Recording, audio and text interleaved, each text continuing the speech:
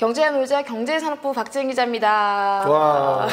여름만 되면 이 여름을 어떻게 시원하게 나야 되는지 고민도 많아지는 것 같습니다. 물가가 다 올랐는데 전기요금이라도 아끼자라는 생각도 많이 들고, 친환경적인 입장에서도 전기를 아끼자라는 게 많이 중요시 되고 있는 것 같아요. 그러면 에너지를 안 쓰고 어떻게 시원한 여름을 보낼 수 있는지를 조금 얘기해 드려야 될 것 같아서, 우리 여름하면 별미, 뭐 맛있는 거 이런 거 생각하잖아요. 그래서 어떤 게 있는지 얘기를 좀 나눠보려고 합니다. 오늘 특별한 제가 손님을 모셨는데요. 역사 스토리텔러 썬킨 선생님 모셨습니다. 네, 안녕하십니까. 각종 역사 스토리를 여러분께 전달을 해드리고 있고, 과거와 현재를 이어드리는 것을 업으로 하고 있는 썬킴인데, 오늘은 여름 별미에 대해서 또 얘기를 해 주십사 또 초대를 해주셨는데 제가 영광입니다. 아, 감사합니다. 초대를 했으니까 요즘에 또 이게 웰컴 드링크라고 하냐? 웰컴 드링크. 네, 그런 게 또 유행이니까 선생님 술을 준비를 하려다가 이 식혜를 한번, 여름이니까 또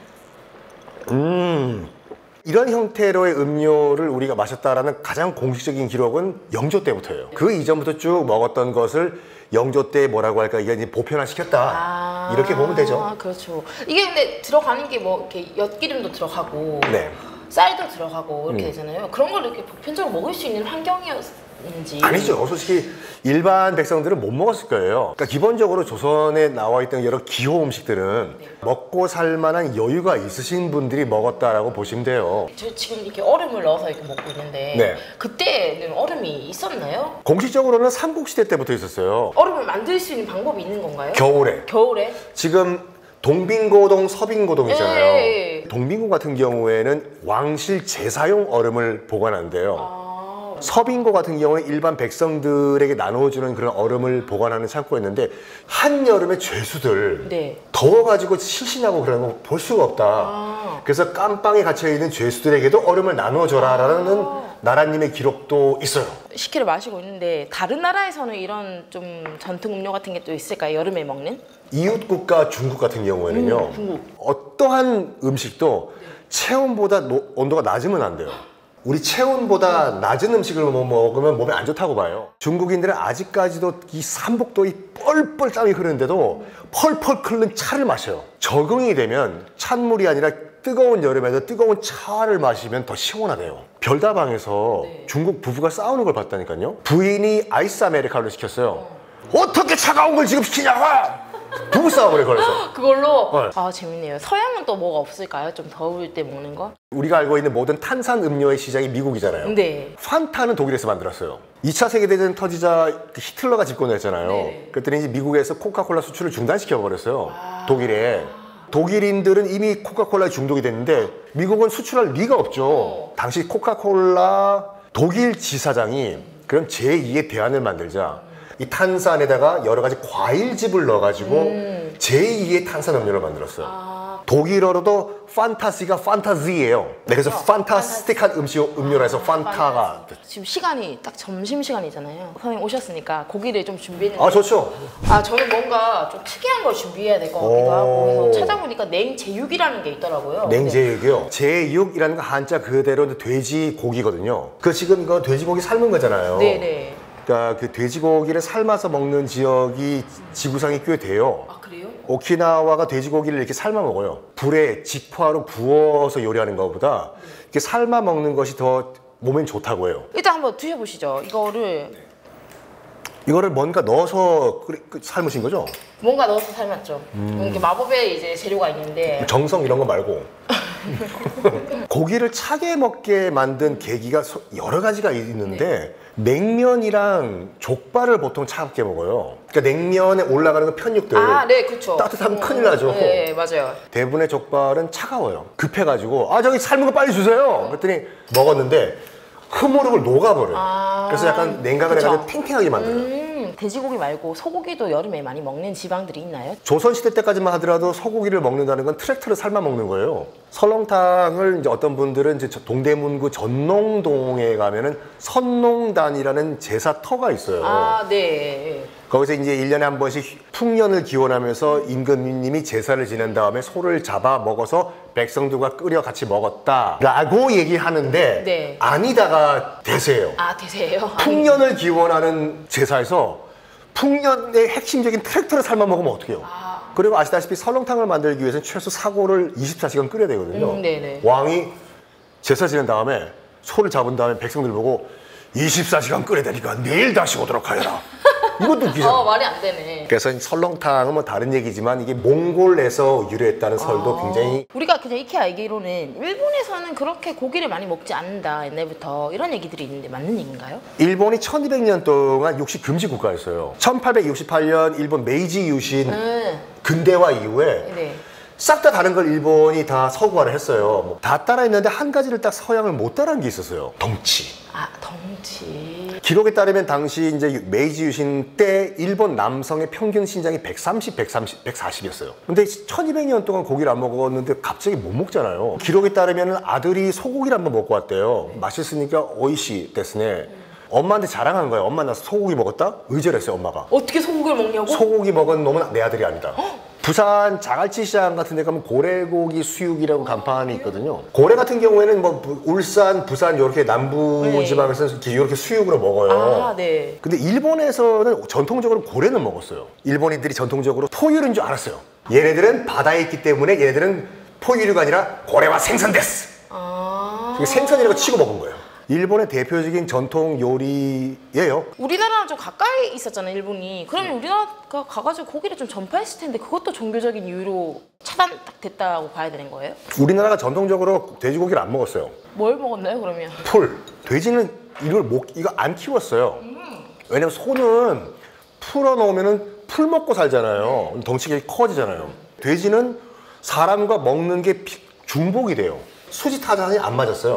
그래서 돼지는 거의 안 키웠어요. 아, 그러면 우리가 이렇게 돼지고기를 많이 먹게 된 건 언제부터예요?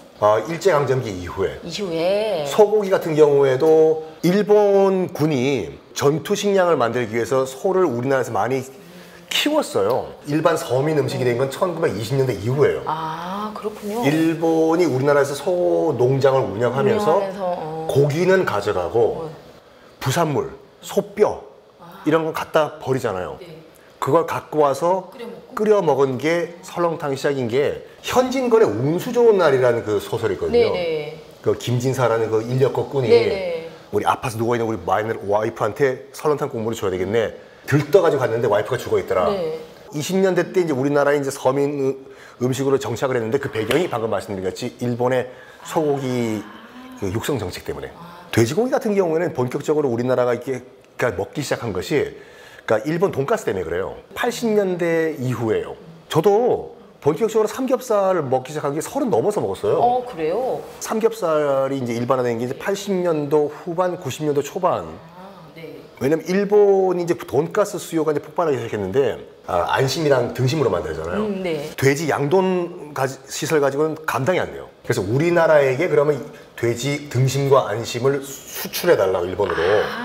아, 그런 배경이 있군요. 그래서 대규모로 돼지를 키워요. 아. 그 등심과 안심은 일본으로 수출을 하고 나머지 비계가 있는 부분, 돼지 발, 돼지 창자 이거 가지고 만든 게 순대, 삼겹살. 아, 그렇게 되는 거군요. 그 삼겹살을 삶은 게 요거. 그럼 닭 얘기도 안 빼놓을 수가 없을 것 같아요. 왜냐면 여름에 특히 우리 삼계탕 이렇게 많이 먹잖아요. 네. 그것도 예전부터 먹었던 건가요? 아니면 아니요. 되게 귀한 음식이었나요? 귀했죠. 씨암탉 삶아 먹으면 끝나버리니까 계란이 그쵸? 안 나오니까. 계란이 안 나오니까, 맞아. 그러니까 닭백숙은 먹었어요. 닭백숙을 끓이면은 많은 사람들이 먹을 수 있어요. 죽으로 끓이니까. 힘들고 여름에 지쳤다 그러면 닭 한 마리 잡아요. 밥도 넣고 물 잔뜩 넣고 푹 고아요. 그러면 닭백숙이 돼요. 일제강점기 넘어가면서 돈 좀 있는 양반들이 여기다가 금가루 좀 뿌리고 삼을 넣기 시작해서 인삼을. 아, 다 요즘에 막 다 넣잖아요. 막 삼 같은 거 막 넣잖아요. 이상한 그렇죠. 거. 대추 넣고 막. 게삼탕이 됐어요. 아, 게삼탕. 이거를 여름 보양식으로 만드는데 게삼탕이라고 하면 야 쌈이 묻힌다 야.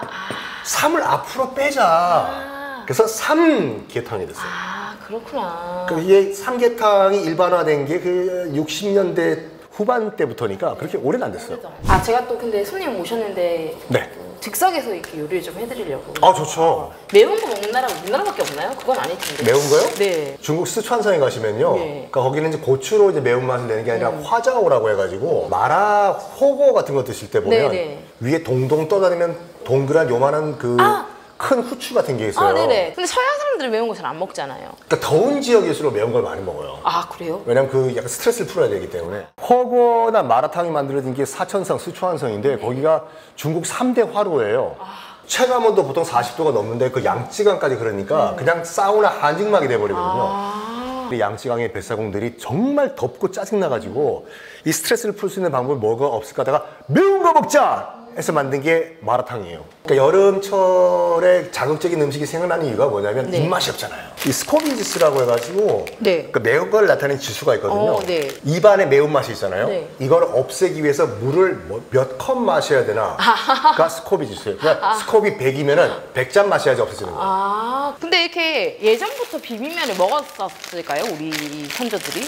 국수란 거를 처음 만든 게 중국 그 한나라 때인데 네. 우리나라 고조선을 멸망시킨 그 한무제 때 서역에 갔던 사신이 돌아와가지고 이 국수 기술을 갖고 온 거예요. 그래서 한무제 때 그 한 요리사가 생일 파티 음식으로 국수를 내놨는데 한무제가 격분한 거죠.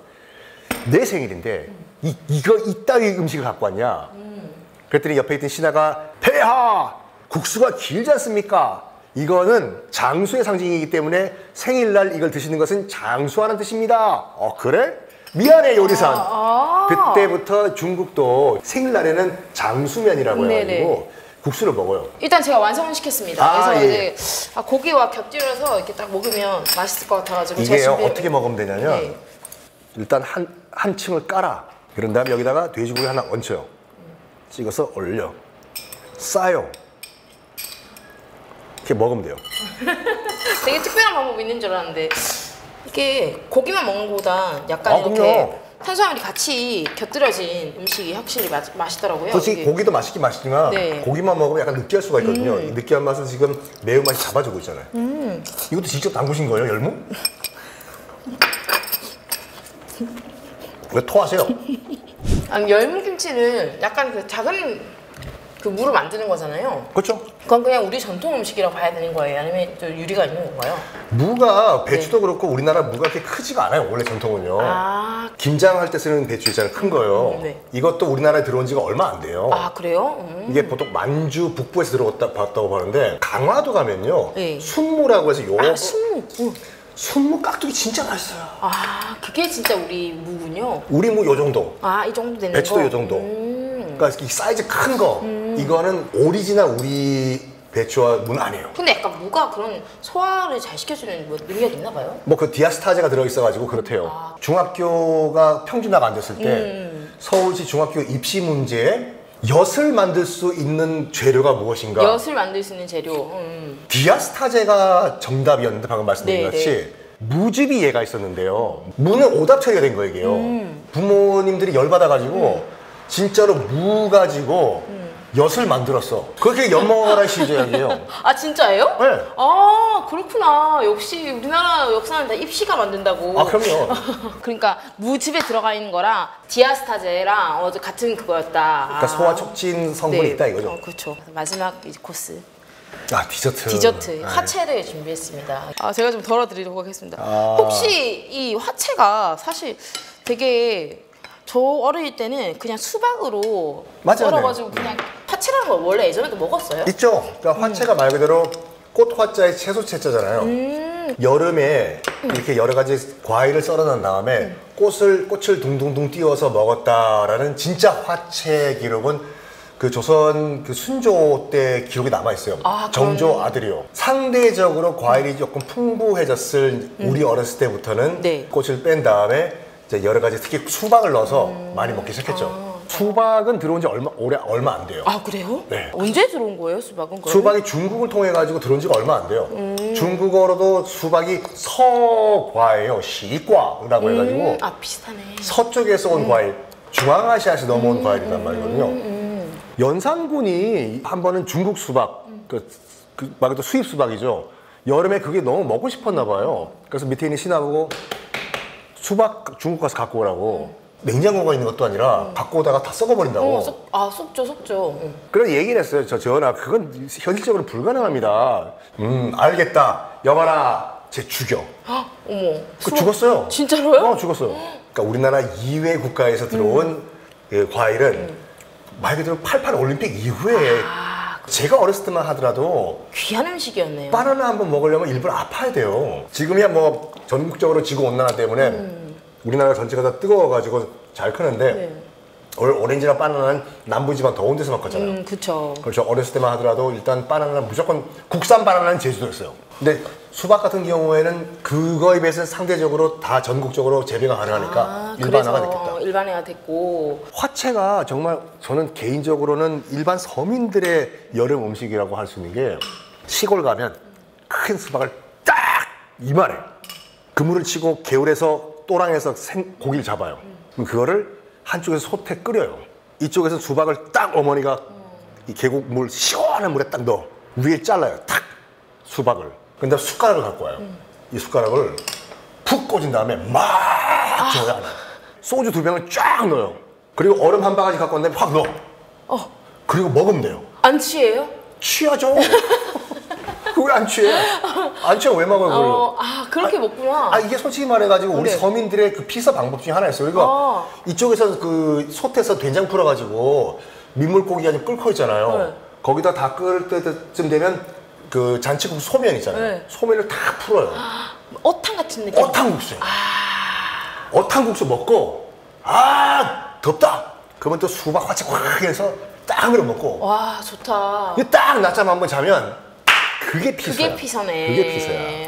에어컨이 필요 없지. 지금 촬영장에 에어컨이 끈 지가 그 한 2시간 가까이 되는데 땀이 안 나잖아요. 그러니까 땀이 안 나요. 시원한 음식 먹어서 그런 것 같아요. 역시. 덥다고 입맛 없다고 안 드시는 분 계시죠? 네. 그럴 때일수록 입맛 도는 음식을 찾으신 다음에 먹어야 되거든요. 먹어야 돼요. 아까 정말 입맛 없다 그러면 조금 맵게 해서 비빔면 드시고 그러니까 기력 떨어진다 그러면 돼지고기 삶아가지고 수육을 시켜 드시면 돼요. 진짜 입맛 없을 때 우리 민족들이 먹은 음식 가운데 정말 입맛 돋게 하는 거는 열무김치. 열무김치. 열무 안 들어간 것 중에 맛없는 게 없어요. 진짜 농담 아니고 이렇게 먹고 나니까 시원한 걸 먹으니까 전혀 뭐 에어컨도 생각이 전혀 안 나네요. 너무 좋은 꿀팁을 많이 알게 돼서 좋은 것 같습니다. 우리 시청자분들도 이 여름 입맛 없다고 말씀하신 것처럼 안 드시지 마시고 이렇게 시원하고 맛있는 음식 이런 걸로 같이 여름 나기를 했으면 좋겠습니다. 마지막으로 인사 한마디 하실까요? 정말 더운 여름입니다, 여러분들. 이럴 때일수록 여러분 기운 잃지 마시고 한국 사람들은 밥심이란 말이 있거든요. 그래서 뭐 에어컨도 좋고 다 좋지만 이 먹거리로 오른 먹거리로 이 무더위를 극복해 보는 건 어떨까 합니다. 네. 감사합니다. 지금까지 경제연애자 박진이었습니다.